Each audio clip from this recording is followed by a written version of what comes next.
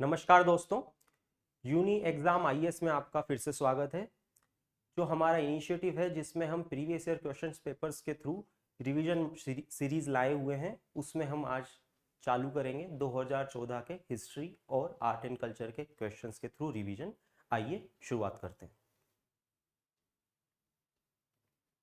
पहले सवाल में कह रहा है, consider the following languages, Gujarati, Kannada, Telugu. Which of the above has have been declared as classical languages by the government? तो ये बात कर रहा है क्लासिकल लैंग्वेजेस जो गवर्नमेंट ने डिक्लेयर की हैं। क्लासिकल लैंग्वेज सबसे पहले 2004 में डिक्लेयर की गई थी। उस टाइम सबसे पहले 2004 में डिक्लेयर किया गया था। जो पहली लैंग्वेज थी जिसको क्लासिकल स्टेटस मिला था वो थी Tamil. The criteria for any language to be declared as classical language is governed by ministry of culture. उन्होंने कुछ क्राइटेरिया बनाए हुए हैं। क्या है वो क्राइटेरिया? पहला क्राइटेरिया है हाई एंटिक्विटी।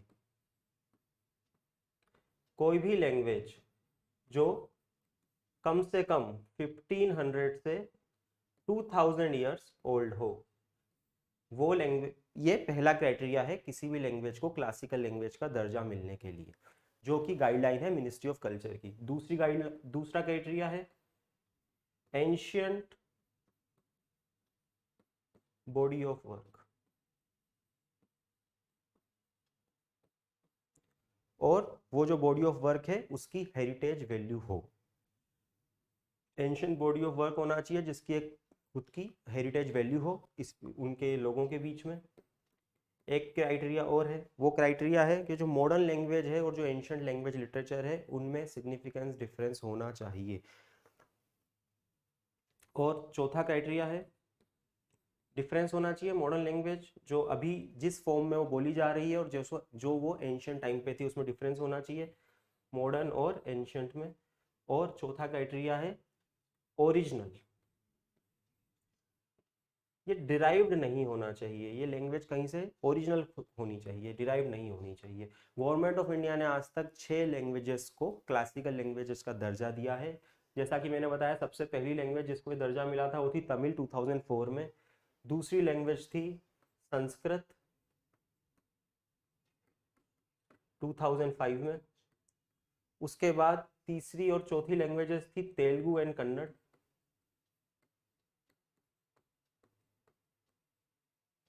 2008 में। और पांचवी थी मलयालम 2013 यानी 2013 में। और छठी और आखिरी जो सबसे लेटेस्ट थी जिसको ये दर्जा मिला क्लासिकल लैंग्वेज का वो थी उड़िया 2014 में। जब ये सारी लैंग्वेजेस, जब इनको क्लासिकल लैंग्वेजेस का दर्जा दिया जाता है मिनिस्ट्री ऑफ कल्चर के द्वारा, इन क्राइटेरिया को सेटिस्फाई करने के बाद उनको प्लेस किया जाता है कहाँ, अगर कभी सवाल आए, उनको प्लेस किया जाता है 8th schedule of our Indian constitution.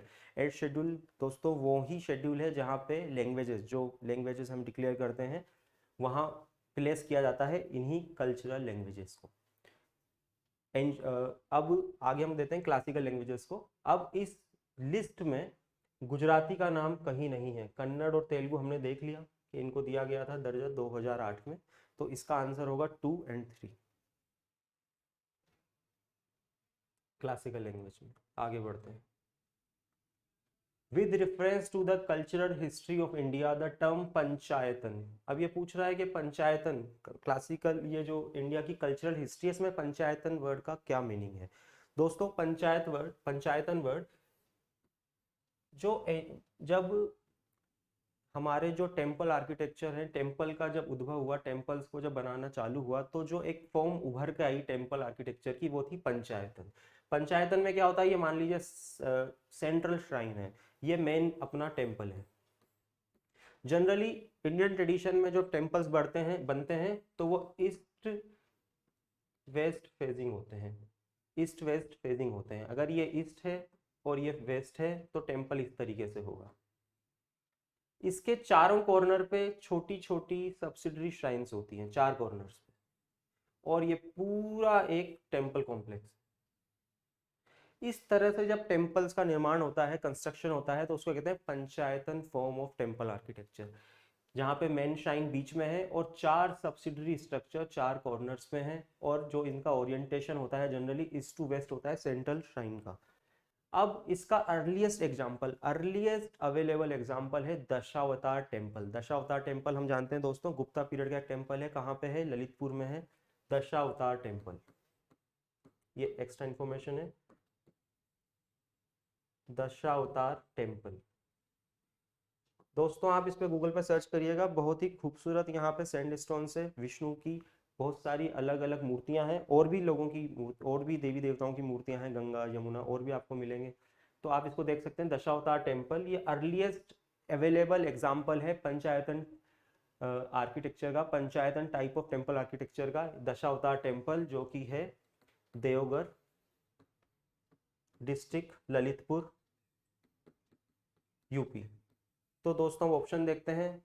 Panchayatana refers to assembly of village elders, नहीं। रिलीजियस सेक्ट, नहीं। स्टाइल ऑफ टेम्पल कंस्ट्रक्शन, बिल्कुल सही। एडमिनिस्ट्रेटिव फंक्शनरी, नहीं। तो पंचायतन क्या है मोटा मोटा हमने देखा, और अर्लीस्ट एग्जाम्पल इसका अवेलेबल जो है वो है दशावतार टेम्पल। आगे बढ़ते हैं, गुप्ता पीरियड का टेम्पल है ये, 5th सेंचुरी एडी। आगे बढ़ते हैं। Which of the following pairs does not form part of the 6 systems of Indian philosophy? दोस्तों 2013 का जब हम पेपर डिस्कस कर रहे थे, टॉपिक डिस्कस कर रहे थे, जब हमने सांख्या फिलोसफी डिस्कस की थी, तो वहां पे मैंने शॉर्ट में बताया था कि अदर 5 इंडियन फिलोसफिकल स्कूल कौन से हैं। टोटल 6 हैं। एक सांख्या था जो हमने डिस्कस किया था, और बाकी के 5 मैंने बताए थे सांख्या के अलावा। अगर पहला हम देख लेते हैं, सांख्या है, दूसरा है योगा, तीसरा है दोस्तों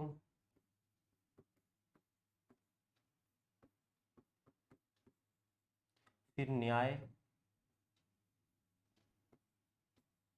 मीमांसा,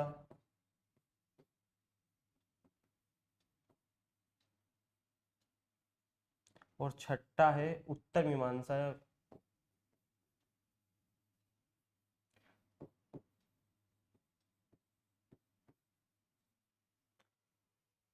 उत्तर मीमांसा को वेदांता भी कहा जाता है कहीं कहीं। तो ये 6 हैं। अब देखते हैं, विच of the following pairs does not form part of 6 system in Indian philosophy. पहला है मीमांसा वेदांता, जैसा कि मैंने बोला उत्तर मीमांसा को वेदांता भी कहा जाता है, तो मीमांसा वेदांता ये सही, जब ये तो हैं। न्याया विशेषिका ये भी हैं। लोकायत और कपालिका ये नहीं है। सांख्या योगा ये हैं। तो ये कह रहा है which of the following pair does not form, तो भाई आंसर है सी। आगे बढ़ते हैं। With reference to the famous Sattriya dance consider the following statement. ये सत्रिया डांस फॉर्म की बात कर रहा है, जो पिछला 2013 का हमने टॉपिक डिस्कस किया था, जहां पे हमने क्लासिकल डांसेस की बात करी थी, जहां मैंने बताया था इंडिया में टोटल क्लासिकल 8 डांस है, संगीत नाटक अकेडमी ने जो बताया है उसके हिसाब से, और 9 है जो मिनिस्ट्री ऑफ कल्चर ने बोला है, उसमें एक डांस एक्स्ट्रा था, छऊ, जिसके बारे में हमने डिस्कशन किया था। तो ये सत्रिया डांस की बात कर रहा है, जो आसाम में होता है, जो कि एक क्लासिकल डांस फॉर्म है। 8 क्लासिकल डांस फॉर्म जिनके बारे में नेशनल नाट्य अकेडमी ने जो बताया है, राष्ट्रीय नाट्य अकेडमी ने। तो अब Satya dance form 15th century में एक वैष्णव सेंट्स थे, शंकर देवा।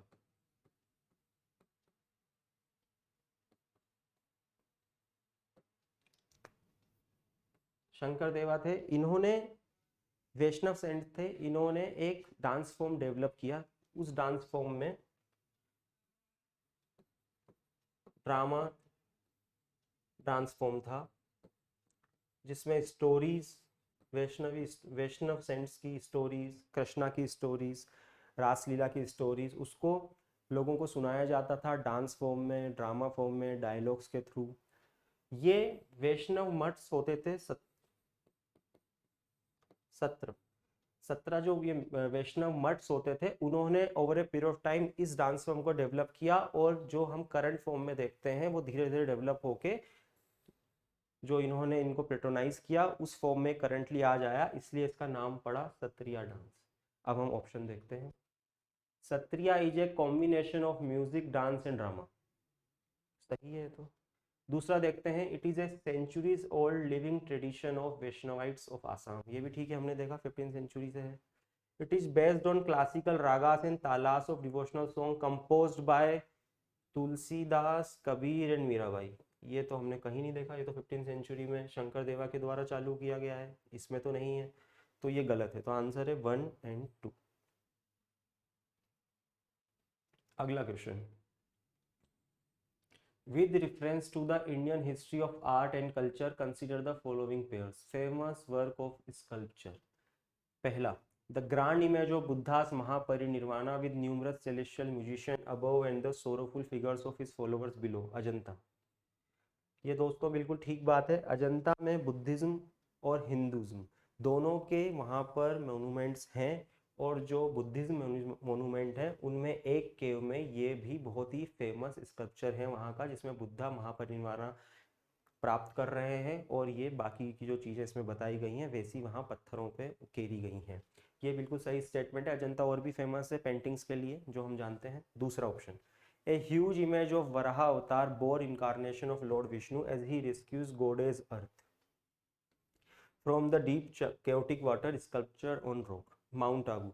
दोस्तों कई जगह पर ये जो इमेज की बात की गई है इसको केरा गया है, ये इसका स्कल्पचर बनाया गया है, पर जो सबसे फेमस है वो हम जानते हैं उदयगिरी केव्स। उदयगिरी केव्स कहाँ पर है? उदयगिरी केव्स हैं एमपी में विदिशा के पास। इनका टाइम पीरियड है Gupta time period. Mount Abu में हम जानते हैं माउंट आबू में इस तरह की कोई ऐसा स्कल्पचर नहीं है। माउंट आबू भी एक फेमस डेस्टिनेशन है, रिलीजियस सेंटर भी है, एक टूरिज्म सेंटर भी है, वहाँ पे कई तरह के मंदिर हैं, पर इस तरह की इमेज के लिए वो फेमस नहीं है।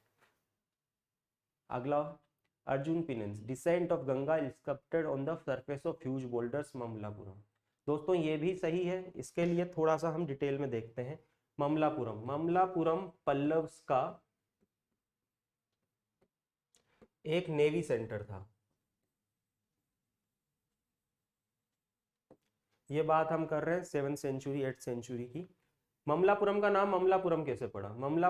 ममलापुरम का नाम पड़ा है नरसिम्हा वर्मन वन, जो एक बहुत ही फेमस पल्लव किंग थे जिनका टाइम पीरियड था 630 to 668 AD। Narasimha Varman one.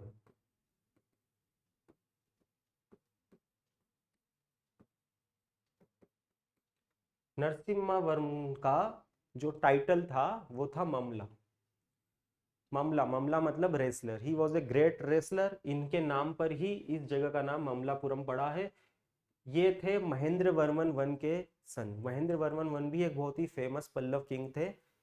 Narasimha Varman एक और चीज के लिए फेमस है, इन्होंने चालुक्य किंग को हराया था, इसलिए इनका टाइटल वातापी कोंडा भी है। वातापी जो कि चालुक्य की कैपिटल थी, कोंडा मतलब जीतने वाला, Vatapi Konda, one who has conquered the Vatapi. तो इनका हमने दो नाम देखा है कि इनका टाइटल ममला भी था और इनका टाइटल वातापी कोंडा भी था, क्योंकि इन्होंने चालुक्यास को हराया था जिनकी कैपिटल वातापी थी। तो वातापी कोंडा भी इनका नाम है, ममलापुरम में इनका काम है। और नरसिम्हा वर्मन और भी चीज़ों के लिए फेमस है। इन्होंने इनके टाइम पे आर्ट एंड आर्किटेक्चर ने, जो टेम्पल आर्किटेक्चर है खासतौर पर, उसने बहुत ही ज़्यादा प्रोग्रेस विटनेस की डीप डाउन साउथ में। और ख़ास बात यह है कि ममलापुरम में बहुत सारे पल्लवा मोनूमेंट्स हैं। वहाँ पर शोर टेम्पल्स हैं, रथा टेम्पल्स हैं, वहाँ पे फ्री स्टैंडिंग टेम्पल, शोर टेम्पल्स हैं, और साथ में जो इमेज जिसकी बात हुई है ये भी है Arjun penance descent of Ganga. इसका दो नाम इसलिए है क्योंकि आज तक ये एक सिंगल रॉक है बहुत बड़ी, और उसके ऊपर बहुत सारे स्कल्पचर बने हुए हैं। एक्चुअली आज तक लोगों को ये नहीं पता है, और इसमें डिबेट है कि ये स्कल्पचर, इतने सारे जो स्कल्पचर हैं, इसका मेन थीम क्या है। क्या ये अर्जुन पिनेंस कर रहा है, मतलब अर्जुन के यहाँ पे तपस्या कर रहा है, महाभारत की स्टोरी है, या डिसेंट ऑफ गंगा की स्टोरी है? तो इस वजह से इसके दो नाम है। ये इसकी स्टोरी है, जैसा कि हमने देखा। थर्ड ऑप्शन सही है, फर्स्ट ऑप्शन सही है, सेकेंड ऑप्शन गलत है, तो 1 और 3 आंसर होगा C. With reference to India's culture and tradition, what is Kalaripayattu? दोस्तों कालारिया पयाटू एक एंशियंट मार्शल आर्ट फॉर्म है जो ओरिजिनेट होती है केरला से। इसका अगर हिस्ट्री आप देखेंगे, जिसका ट्रेडिशन है, तो लोग क्लेम करते हैं कि ये इंडिया की सबसे पुरानी मार्शल आर्ट फॉर्म है जो रिकॉग्नाइज भी की जाती है। पर इसका जो टाइम पीरियड है, कुछ लोग इसको 2000 साल पुराना बोलते हैं, कुछ लोग इसको 3000 साल पुराना बोलते हैं, पर ये इस्टेब्लिश्ड है कि सबसे पुरानी ancient art martial art form है इंडिया की। कलारीपयतु। कलारीपयतु में आयुर्वेदा का भी यूज होता है, क्योंकि इसमें जब चोट लगती है किसी को, जब किसी की को चोट लगती है तो उसके में जिस तरीके से उसका इलाज किया जाता है उसमें आयुर्वेदा का भी यूज किया जाता है। The person who are practicing Kalaripayattu also knows how to deal with the Ayurveda. तो इसका भी इसमें इम्पोर्टेंस है, और इसमें गुरु शिष्य परंपरा का भी बहुत इम्पोर्टेंट योगदान है, और इसको फॉलो किया जाता है गुरु शिष्य परंपरा को। तो ये कलारीपयतु के बारे में मोटा मोटा है। अब देखते हैं option. It is an ancient भक्ति cult of Shaivism is still prevalent in some parts of South India. Option 2, it is an ancient style bronze and brass work. नहीं. It is an ancient form of dance, drama and living tradition of the northern part of Malabar. नहीं. D option, it is an ancient martial art. Ancient martial art and a living tradition in some parts of South India. Option D. आगे बढ़ते हैं। Consider the following pairs. Garba Gujarat, Mohini Attam Orissa, यक्षगन Karnataka. दोस्तों गरबा गुजरात बहुत famous है, लगभग सभी जानते हैं। मोहिनी अट्टम हमने जब पिछले 2013 के क्वेश्चन के टॉपिक डिस्कस किए थे, और यहाँ भी अभी जब बात कर रहे थे ट्रेडिशनल डांस फॉर्म्स, जो ट्रेडिशनल डांस फॉर्म है इंडिया की, उसमें मोहिनी अट्टम हमें पता है कि केरला से जुड़ी हुई है। यहाँ पे उड़ीसा दिया हुआ है, उड़ीसा से तो ओडिसी जुड़ा हुआ है, तो ये गलत हो गया। तीसरा है Yakshagana. Yakshagana is A theatre, theatre है, डांस थिएटर। कहाँ से? कर्नाटका से, बिल्कुल ठीक है। तो ये थिएटर है तो इसमें म्यूजिक भी है, ट्रेडिशनल थिएटर है, इसमें डांस भी है, इसमें डायलॉग्स भी हैं, इसमें मेकअप भी है। तो अगर फ्यूचर में कभी ऐसा सवाल आए कि यक्षगण क्या है, यक्षगण थिएटर है तो म्यूजिक भी है, डांस भी है, डायलॉग्स भी हैं, तो ये बात हमें देखनी है अगर आगे कभी फ्यूचर में आए तो इसमें 1 और 3 ऑप्शन है सी। अगला सवाल, with reference to Buddhist history tradition and culture in India consider the following pairs. ये फैक्चुअल बेस्ड क्वेश्चन है दोस्तों, इसमें आपको फैक्ट पता है तो सवाल सही है, इसमें ज़्यादा कुछ समझाने का नहीं है। इसमें 1 और 3 बिल्कुल सही है, और जो ये सेकंड है लोथसावा लाखिंग टेम्पल नाको, ये एक्चुअली हिमाचल प्रदेश में सिचुएटेड है, और जस्कर वैली जैसा कि हम जानते हैं जम्मू एंड कश्मीर में है। तो ये ऑप्शन गलत है, 1 और 3 सही है, इसका आंसर है सी। इसमें ज़्यादा समझाने का कुछ है नहीं, फैक्चुअल है। आगे बढ़ते हैं। A community of people called Manganiyars is well known for. दोस्तों आपने अगर याद हो, अगर आपको थोड़ा सा, तो आपने जब भी कभी कुछ देखा हो ट्रेडिशनल सिंगर्स को गाते हुए, तो आपको कभी ऐसे ट्रेडिशनल सिंगर्स भी दिखे होंगे जिन्होंने कलरफुल साफे बांध रखे हैं, जिन्होंने वाइट कुर्ता पजामा पहन रखा है, और हाथ में उनके इंस्ट्रूमेंट है लकड़ी का खरताल, जिसको वो दोनों हाथों, एक हाथ से 2 लकड़ियों को बजा रहे हैं, वो खरताल होता है। वो जो इस तरह की जो ड्रेस पहन के गाना गाते हैं उनको कहते हैं मंगनियार्स। मंगनियार्स जनरली राजस्थान के वेस्टर्न पार्ट के ट्रेडिशनली ओरिजिनल फोक सिंगर्स हैं, जो कि हेरिडिटरी म्यूजिशियंस हैं। एक मतलब बेटा भी म्यूजिशियन, बाप भी म्यूजिशियन, अगली पीढ़ी भी, पीढ़ी दर पीढ़ी म्यूजिशियन है, उनके फैमिली में यही मेन ऑक्यूपेशन है। कलरफुल साफे, वाइट कुर्ते पजामे, हाथ में खरताल। खरताल का ओरिजिनल, खरताल जो एक इंस्ट्रूमेंट है दोस्तों, उसका ओरिजिन भी राजस्थान से ही माना जाता है। ये ट्रेडिशनल हेरिडेटरी सिंगर्स हैं, क्या गाते हैं? ये फोक म्यूजिक गाते हैं, और साथ में जो इनके एरिस्टोक्रेट्स हैं, जो इनके ट्रेडिशनल, इनके पेट्रोनेज जिनको इनके थ्रू मिला हुआ है, ये उनके घर के बारे में गाना गाते हैं। ट्रेडिशनल जो फोक है सॉन्ग्स है वो वहाँ के गाते हैं, पर्टिकुलर जो रिलीजियस इवेंट्स होते हैं उसको लेके जो इनके ट्रेडिशनल गीत हैं वो गाते हैं। तो दोस्तों इस तरह से ऑप्शन इनका musical tradition of north west India यही है इसका सही जवाब। ये जनरली राजस्थान के वेस्टर्न पार्ट में है। 10वां सवाल, कंसीडर द फॉलोइंग स्टेटमेंट, बीजा कीजिए composition of the teaching of saint Dadu Daya. देखिए दोस्तों आप देख रहे होंगे कि जनरली जो जो सवाल यहाँ पे आ रहा है वो 2013 के क्वेश्चन जब हमने डिस्कस किए थे तो उनसे मिलते जुलते बहुत सारे लोगों के नाम, या उससे मिलते जुलते टॉपिक, जैसे कि जब हमने ट्रेडिशनल डांस फॉर्म 13 में डिस्कस किया था उससे मिलते जुलते उसके आसपास के सवाल हैं। हमने, आपको याद हो तो दादू दयाल भी थोड़ा सा डिस्कस किया था, जहाँ पे सवाल था कि जब बाबर और लोधी डायनेस्टी के बीच लड़ाई हुई तो कौन कौन से लोग वहाँ पे उस टाइम पीरियड में प्रेजेंट थे, जिसमें सवाल था त्यागराजा ऑप्शन था, एक गुरु नानक ऑप्शन था, और एक दादू दयाल ऑप्शन था। दादू दयाल का वहाँ टाइम पीरियड बताया गया था, यहाँ दादू दयाल को बारे में थोड़ी और डिटेल पूछी है कि क्या Bijak is a composition of the teaching of saint Dadu Dayal. तो अगर आपको दादू दयाल के बारे में पता है तो आपको पता होगा कि नहीं, ये इनकी कंपोजिशन नहीं है, बीजक is composition of Kabir Das. तो ये सवाल गलत हो गया। तो दोस्तों ये आप फायदा देख सकते हैं, अगर आप जो सवाल है प्रीवियस ईयर क्वेश्चन है उनको आप देखें, उस टॉपिक्स को समझें जिनसे सवाल पूछे गए, उनके आसपास देखें, तो आप अगले साल भी आपको फायदा होगा। दादू दयाल तो बीजक नहीं, बीजक है कबीर। कंपोजिशन ऑफ टीचिंग और कबीर, टीचिंग्स ऑफ कबीर को बीजक कहा जाता है, दादू दयाल की टीचिंग्स को नहीं कहा जाता है। अगला question, the philosophy of Pushti Marg is propounded by Madhvacharya. Madhvacharya ने दोस्तों प्रोपाउंड कही थी द्वैतवाद। माधवाचार्य का टाइम पीरियड है दोस्तों 13th और 14th century, mid of 13th से mid of 14th century Madhavacharya का टाइम है। सबसे पहले शंकराचार्य आए, शंकराचार्य ने द्वैतवाद की फिलोसफी दी। उनके बाद रामानुजाचार्य आए, रामानुजाचार्य ने विशिष्ट अद्वैतवाद की फिलोसफी दी। उसके बाद क्रोनोलॉजी ऑर्डर में आए माधवाचार्य जिन्होंने द्वैतवाद की फिलोसफी दी, और उसके बाद आए वल्लभाचार्य।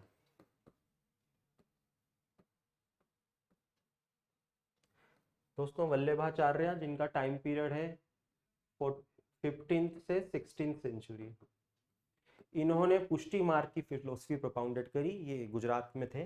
तो पुष्टि मार्ग वल्लभाचार्य, तो दोस्तों फिलोसफी पुष्टि मार्ग वाज प्रोपाउंडेड बाय माधवाचार्य, ये भी गलत हो गया। Bijak is a composition of teaching of Dadu Dayal, ये भी गलत हो गया। Which of the statement given above is are correct, neither one nor two. In medieval India, the designations Mahattara and Patakila were used for। अब कभी कभी यूपीएससी मिडाइवल इंडिया के कुछ टर्म्स को उठाता है, टर्मिनोलॉजी को उठाता है और उसका मीनिंग पूछता है। अगर आपको मीनिंग पता है तो सवाल कर पाएंगे, मीनिंग नहीं पता है तो चांसेस हैं कि सवाल आप नहीं सही कर पाएंगे। सो ये सिंपल फैक्चुअल बेस्ड क्वेश्चन है, इसका आंसर है विलेज हेडमैन। जो महत्तारा और पता किला है वो विलेज हेडमैन के लिए टर्म यूज की जाती थी। अगर जब यहाँ पे टर्किश रूल आ गया, जब यहाँ पे मुगल्स आ गए, जब यहाँ तो उस टाइम पे विलेज हेडमैन्स के और भी नाम हमको लिटरेचर में देखने को मिलते हैं, खुत और मुकद्दम, ये नाम भी देखने को मिलते हैं, खुत और मुकद्दम। तो अगर फ्यूचर में ये पूछा जाए कि खुद और मुकद्दम क्या है, तो वो भी विलेज हेडमैन ही है। हमको कंफ्यूज नहीं होना है कि भाई महत्तारा और पत्ता किला विलेज हेडमैन है, ये भी विलेज हेडमैन्स के ही नाम है जो पर्शियन लिटरेचर में, मिडाइवल पर्शियन लिटरेचर में हमको देखने को मिलते हैं। क्रोनियोलॉजी जो रिकॉर्ड्स हैं, क्रॉनिकल्स हैं जो लोगों के, उसमें देखने को मिलते हैं। जो राजशाही जो रिकॉर्ड्स हैं उस टाइम के कोर्ट रिकॉर्ड्स, उसमें देखने को मिलते हैं। तो आगे बढ़ते हैं। इबादत खाना फतेहपुर सीकरी। दोस्तों फतेहपुर सीकरी किसने बनाई थी? फतेहपुर सीकरी अकबर ने बनाई थी। Akbar was a very famous king. Fatehpur Sikri उन्होंने बनाई थी कहाँ पे? आगरा के पास है, आप कभी जाएं तो जरूर देखें। उन्होंने फतेहपुर सीकरी बनाई थी आगरा के पास। वहाँ पे एक खास जगह थी जिसको इबादत खाना कहा जाता था। आपने सुना होगा अकबर रात के समय में अलग अलग रिलीजन्स के जो प्रीचर्स थे उनको बुलाते थे, उनके साथ डिस्कशन हेल्ड करते थे, उनसे उनके धर्म के बारे में बात करते थे, आपस में वाद विवाद होता था, और ये प्रक्रिया कई दिनों तक, कई रातों तक दोहराई जाती थी। आज रात, कल रात, परसों रात लोग आते थे, बात करते थे। इबादत खाना, तो इसका आंसर है a hall in which Akbar held discussions with scholars of various religions. वहाँ पे बहुत सारे इंपॉर्टेंट स्ट्रक्चर्स हैं फतेहपुर सीकरी में। दीवाने खास, दीवाने आम, ये इबादत खाना है, पंचमहल है, बीरबल महल है। तो ये उन्हीं में से एक मोन्यूमेंट के बारे में, इबादत खाना के बारे में सवाल है कि इबादत खाना किस काम आता है। तो हमें क्या देखना है? हमें देखना है, आगे पूछा जा सकता है कि दीवाने आम क्या था, दीवाने खास क्या था, ये भी पूछा जा सकता है। तो इसको भी हम प्रिपेयर करना चाहिए। आगे बढ़ते हैं। विच of the following kingdoms were associated with the life of Buddha?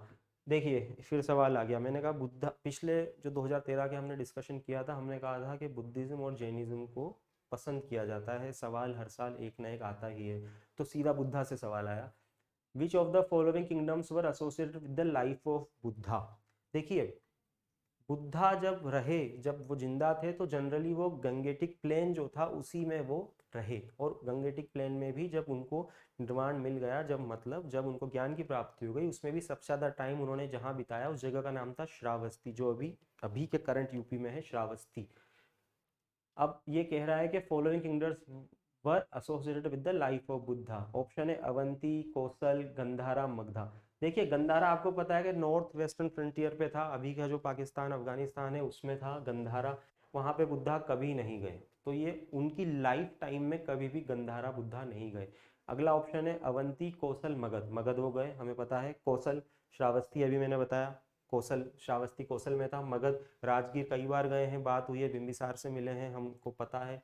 तो ये दोनों सही है। अवंती, अवंती जहाँ पे मॉडर्न उज्जैन है, अवंती उस एरिया को कहते थे, बुद्धा कभी भी वहां नहीं गए, बुद्धा मोस्टली गंगेटिक प्लेन में ही रहे। तो कौशल और मगध उनकी लाइफ टाइम में एसोसिएटेड रहे बुद्धा के साथ। तो ऑप्शन है 3 और 4 सी। एक्चुअली ये सिंपल सवाल है, पर कई लोगों ने इसको उस टाइम जब आया था तो समझने में बहुत उनको कंफ्यूजन हुआ कि बुद्ध, लाइफ ऑफ बुद्धा से एसोसिएट का मतलब ये तो नहीं है कि बुद्धिज्म से एसोसिएटेड है। तो अगर आपको ये डाउट नहीं है तो इस सवाल का, ये सवाल बहुत ही स्ट्रेट फॉरवर्ड सवाल है, अगर आप इसमें कोई अलग हिडन मीनिंग ना ढूंढ रहे हो तो। Partition of Bengal made by Lord Curzon in 1905 lasted until. दोस्तों ये बहुत ही इंपॉर्टेंट इवेंट है मॉडर्न इंडिया का, partition of Bengal. Partition of Bengal के बाद नेशनलिस्ट एक्टिविटीज़ में तेज़ी आई थी, हमें पता है स्वदेशी मूवमेंट लॉन्च हुआ था, और ये हुआ था लॉर्ड कर्जन जो यहाँ के वाइस रहे थे, उनके टाइम पे किया गया था। इंटेंशन क्या थी उस टाइम पे, बंगाल एक बहुत ही बड़ा प्रोविंस था, वहाँ उसकी आबादी बहुत ज़्यादा थी, पॉपुलेशन बहुत ज़्यादा थी, और वहाँ पे क्योंकि सबसे पहले इस्टेब्लिशमेंट हुआ था ब्रिटिश रूल, तो ब्रिटिश रूल के जो पॉजिटिव और नेगेटिव इम्पैक्ट थे वहीं सबसे ज़्यादा और सबसे पहले आए थे। पॉजिटिव इम्पैक्ट क्या था? Western education, education based on logic, और जो वेस्टर्न आइडिया थे, फ्रीडम, डेमोक्रेसी, वो भी सबसे पहले वहीं पर आए थे वहाँ। और सबसे पहले क्योंकि वहाँ इस्टेब्लिश हुआ, तो ब्रिटिश रूल का जो भी एक्सप्लोटेटिव नेचर था वो भी सबसे पहले और सबसे ज़्यादा वहाँ के लोगों ने देखा। तो इस कारण वहाँ के लोग और इंडिया के लोगों से उस समय ज़्यादा अवेकन थे और ज़्यादा नेशनलिस्ट एक्टिविटीज़ में इन्वॉल्व रहते थे। उन लोगों को इस एक्टिविटीज़ से अलग करने के लिए बंगाल का पार्टीशन प्रपोज किया गया, जो कि रियल रीज़न था, और जो रीज़न बोला गया, बताया गया, वो था एडमिनिस्ट्रेटिव रीजन है, बहुत बड़ा है, छोटा करना चाहते हैं। पर जिस तरह से बंगाल का डिवीजन हुआ उससे बात नेशनलिस्ट को बहुत क्लियर हो गई, और इस वजह से काफ़ी टाइम तक दिक्कत रही उस पीरियड में ब्रिटिशर्स को। बाद में वो पार्टीशन जो है वो बंगाल का कैंसिल कर दिया गया। कब कैंसिल किया गया? वो कैंसिल किया गया, दिल्ली में 3 दरबार हुए हैं दोस्तों, ब्रिटिश पीरियड में 3 दिल्ली दरबार हुए हैं। एक 1877 में, एक 1903 में, एक 1911 में। ये दिल्ली दरबार हुआ है क्वीन विक्टोरिया के लिए, ये दिल्ली दरबार हुआ है एडवर्ड सेवन के लिए, ये दिल्ली दरबार हुआ है जॉर्ज पंचम के लिए। इन तीनों दिल्ली दरबार में सिर्फ ये दिल्ली दरबार ऐसा है जो मोनार्क ने फिजिकली प्रेजेंट रह के अटेंड किया है। बाकी दोनों दिल्ली दरबार में उस टाइम के जो मोनार्क थे, विक्टोरिया, क्वीन विक्टोरिया या फिर एडवर्ड सेवन, वो अटेंड नहीं करे थे, सिर्फ वायसराय यहाँ पे प्रेजेंट थे। और जो लास्ट दिल्ली दरबार हुआ है 1911 में, उसमें उस टाइम के जो किंग थे जॉर्ज पंचम, उन्होंने फिजिकली आके अटेंड किया था, और इसी दिल्ली दरबार में अनाउंस किया गया था कि जो पार्टीशन ऑफ बंगाल है वो अब कैंसिल किया जाता है। तो इसका आंसर है B, King George 5 abrogated Curzon's Act at royal durbar in Delhi in 1911। 15th, in 1929 session of the Indian National Congress is of significance in the history of freedom movement because। दोस्तों 1929 का जो लाहौर में हुआ था इंडियन नेशनल कांग्रेस का session, उसमें एक तो सबसे पहली बात यह है कि उसमें नेहरू जी, जो हमारे पहले प्राइम मिनिस्टर थे जवाहरलाल नेहरू जी, वो प्रेसिडेंट बने थे कांग्रेस के। 1928 में उनके फादर मोतीलाल नेहरू प्रेसिडेंट थे, और 1929 में जवाहरलाल नेहरू प्रेसिडेंट बने। 1929 में 28 में दोस्तों नेहरू रिपोर्ट भी आई थी,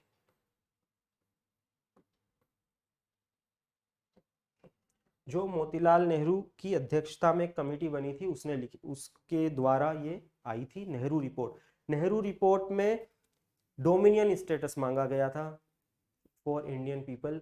डोमिनियन स्टेटस मांगा गया, पर जब ब्रिटिशर्स ने उस पर ज़्यादा ध्यान नहीं दिया तो कांग्रेस ने ब्रिटिश गवर्नमेंट को 1 साल का टाइम दिया। 1 year time was given by the Indian national Congress to the Britishers to consider and implement Nehru report and it has been said it was said during those time कि अगर 1 साल के अंदर आपने रिपोर्ट नहीं मानी then Indian national Congress will demand not dominion status but complete independence. So 1 साल पूरा हो गया दोस्तों, अगले साल आ गए 1929 लाहौर, वहां पे बनाया गया प्रेसिडेंट जवाहरलाल नेहरू को। अब देखिए उस समय अगर मांगा जाता, आप एक उन्होंने कहा था हम डिमांड करेंगे, पर मान लीजिए सब मिलकर डिमांड करते कंप्लीट इंडिपेंडेंस तो सेडिशन का चार्ज लग सकता था। That is why the word complete independence were not used. क्या वर्ड यूज किया गया? यूज किया गया वर्ड पूर्ण Swaraj. Purna Swaraj, complete independence word use नहीं किया गया। वर्ड यूज किया गया इस अधिवेशन में Purna Swaraj. Purna Swaraj was declared as a goal of Congress. So attainment of Purna Swaraj was adopted as goal of the Congress. बाकी ऑप्शन क्या है? Attainment of self government was declared as the objective of the Congress, नहीं। सेल्फ गवर्नमेंट, डोमिनियन स्टेटस तो यहां मांगा गया था Nehru report में। Third option non cooperation movement was launch, नहीं, ये तो ईयर ही अलग हो गया। Decision to participate in the round table conference in London was taken, नहीं, वो यहाँ नहीं हुआ। वो जो गांधी इरविन पैक्ट हुआ था उसमें लिया गया था ये डिसीजन। तो हाँ, अब जब ये पूर्ण स्वराज की मांग की गई तो गांधी जी को कांग्रेस ने कहा कि आप अपनी चूजिंग का टाइम, अपने चूजिंग का प्लेस आप चूज करिए, अपने प्रेफरेंस का चूज करिए और वहां से एक नेशनल मूवमेंट आप स्टार्ट करिए। तो गांधी जी ने सॉल्ट सत्याग्रह किया थोड़े दिन बाद, और उसके बाद नॉन कोऑपरेशन मूवमेंट नहीं बल्कि सिविल डिसोबीडियंस मूवमेंट चालू करा। तो इसका आंसर है अटेनमेंट ऑफ पूर्ण स्वराज। आगे बढ़ते हैं। गदर, देखिए गदर पार्टी का फॉर्मुलेशन बहुत ही इंपॉर्टेंट इवेंट है मॉडर्न हिस्ट्री में भी और यूपीएससी के लिए भी। गदर पार्टी जो इंडियन लोग थे जो बाहर कनाडा और यूएसए में रह रहे थे उस during the start of the 20th century, उन्होंने ये सोचा, जब क्योंकि वो वेस्ट में रह रहे थे, कि यहाँ से कुछ एक मूवमेंट लॉन्च किया जाए इंडिया की इंडिपेंडेंस के लिए। तो 1913 में गदर पार्टी ऑफिशियली लॉन्च हुई और इसका हेडक्वार्टर था सैन फ्रांसिस्को में। जब 1914 में फर्स्ट वर्ल्ड वॉर चालू हुई तो गदर पार्टी के कुछ मेंबर, क्योंकि उसमें मैक्सिमम पंजाबी लोग थे, वो पंजाब, इंडिया का जो पंजाब उस टाइम था वहां पर गए। उन्होंने कोशिश करी आर्म रिबेलियन की। उन्होंने इंसाइट किया जो इंडियन आर्मी उस टाइम ब्रिटिश इंडियन आर्मी थी उनके लोगों को इंसाइट करा कि वो रिवोल्ट करें ब्रिटिश गवर्नमेंट के अगेंस्ट।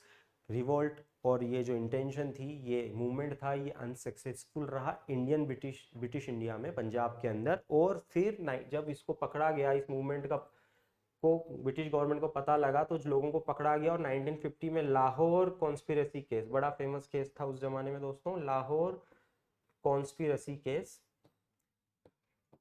चला जिसमें कई लोगों को फांसी की सजा दी गई। ये गदर पार्टी का उस ड्यूरेशन का एक शॉर्ट हिस्ट्री है। अब देखते हैं। Ghadar was a revolutionary association of Indian with headquarters at San Francisco, हमने डिस्कस किया, बिल्कुल सही है। Second option nationalist organization operating from Singapore, गलत, सिंगापुर में नहीं थे। Militant organization with headquarters at Berlin, बिल्कुल गलत। Communist movement for India's freedom with headquarter at Tashkent, ये भी गलत। तो दोस्तों इसका आंसर है ए। आगे बढ़ते हैं। What were the objects of Queen Victoria's proclamation? 1858, 1857 का जो रिवोल्ट हुआ, रिबेलियन हुआ, फर्स्ट वॉर ऑफ इंडिपेंडेंस हुआ, उसके बाद 1858 में ब्रिटिश गवर्नमेंट ने उनकी पार्लियामेंट में एक एक्ट पास किया जिस एक्ट में ये बोला गया कि now the Indian administration will be directly under the crown. उसके पहले Indian administration was a responsibility of East India Company, पर ऐसा माना गया क्योंकि ये revolt, rebellion, first war of independence हुई तो इसके कारण माना गया कि एडमिनिस्ट्रेशन ऑफ जो कंपनी का एडमिनिस्ट्रेशन है वो अच्छा नहीं है और now the whole administration of wholes Indian subcontinent should be under directly under the crown.